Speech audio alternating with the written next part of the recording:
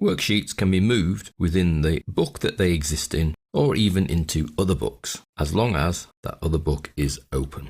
Let's take the sales data 2013. This has 12 sheets within it, January to December.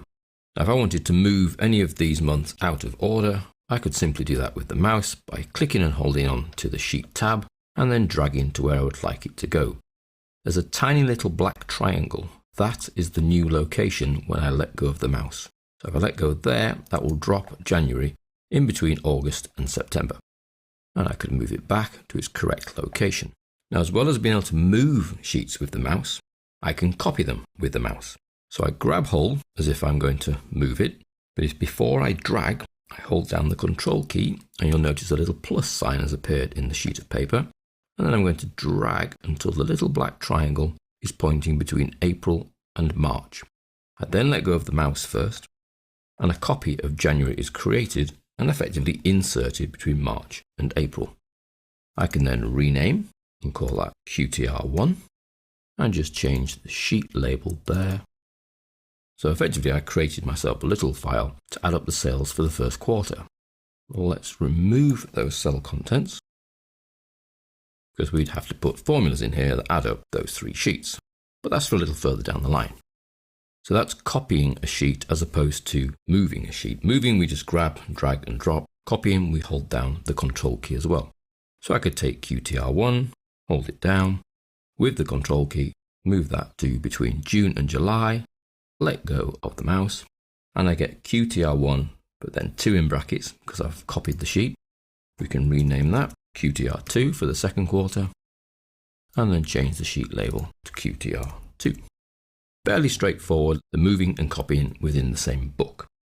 Now, if I want to take any one of these sheets and move it or copy it into another book, then there's a slightly different process. We would need to right-click the sheet that we would like to move, and you'll notice there's a move or copy option. This then asks me where I would like to move the selected sheet to. So the selected sheet is QTR2. Now I can choose to move it somewhere else in this book, or I can choose another book. Either a new book, so a brand new file that it will create for me, or an existing file, but it must be open. So I'm actually going to choose the sales blank file, which is currently open. It's in your working folder as well. And within there is only a sheet 1. So where do I now put my new QTR2? Do I move it to the end, or do I put it before sheet 1? Well, I'm going to leave it there and it will go before sheet 1. Now I have an extra option here, which is to create a copy. If I place a tick in there, it will leave a copy of QTR2 in the original file, so in sales data 2013, and it will place a copy into the sales blank file. So if I then say OK, it will make that transfer, and there we have the sales blank with QTR2 at the beginning, so it's before sheet 1.